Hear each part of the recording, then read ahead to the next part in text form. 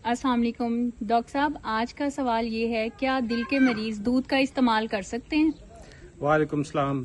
अच्छा जी, दूध का इस्तेमाल दिल के मरीज़ बिल्कुल कर सकते हैं, लेकिन उसमें कुछ एहतियात की ज़रूरत है कि एक तो हमारे पास दूध की ऑप्शंस डिफरेंट हैं, जिसमें जैसे आपके मेरे बैकग्राउंड में देख सकते हैं कि भैंस खड़ी हुई है और ये मेरे सामने गाय खड़ी हुई है। तो जो बेसिकली भैंस का दूध होता है उसमें फ़ैट्स ज़्यादा होते हैं बनिस्बत गाय के दूध में फ़ैट्स कम होते हैं, और बेहतर है कि जो दिल के मरीज़ हैं वो गाय का दूध इस्तेमाल करें। और अभी जैसे मैंने आपको बताया कि एक सेरेनिटी है, सुकून है, हम एक गाँव के माहौल में हैं, जिसे आप कहते हैं कि नेचुरल जो एक फ़ील है, ये दिल के मरीज़ों के लिए बहुत ज़रूरी है।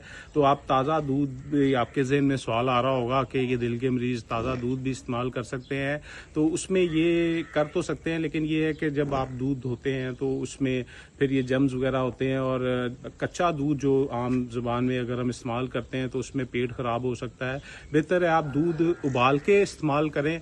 और जो सबसे ज़्यादा एहतियात की ज़रूरत है वो ये है कि आप जो उसके ऊपर बलाई आती है वो आपने उतार के इस्तेमाल करनी है। ये दिल के मरीज़ों के लिए बहुत ज़रूरी है, क्योंकि ये टोटल सैचुरेटेड फैट्स है, और अगर इसको हम ओकेजनली तो ले सकते हैं, लेकिन अगर हम रूटीन में ये बलाई वाला दूध लेंगे तो उससे हमारा जो जिसे कहते हैं कि कोलेस्ट्रॉल बढ़ सकता है, और ये दिल के मरीज़ों को उसका नुकसान ज़्यादा हो सकता है। और दूसरी बात रह जाती है कि आप कितनी क्वांटिटी में ले सकते हैं, कि इसका मतलब ये नहीं है कि अगर आपको वाफर मकदार में दूध अवेलेबल है तो आप बहुत ज़्यादा पीना शुरू कर दें।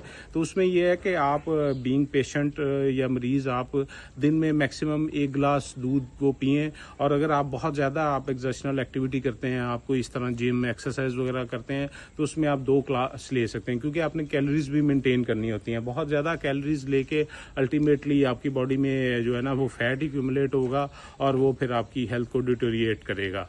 तो मेरा मशवरा है दिल के मरीज़ों के लिए कि आप खुली फ़ज़ा में कोशिश करें कि रहें, और ताज़ा जो ऑर्गेनिक चीज़ें हैं उनका इस्तेमाल करें।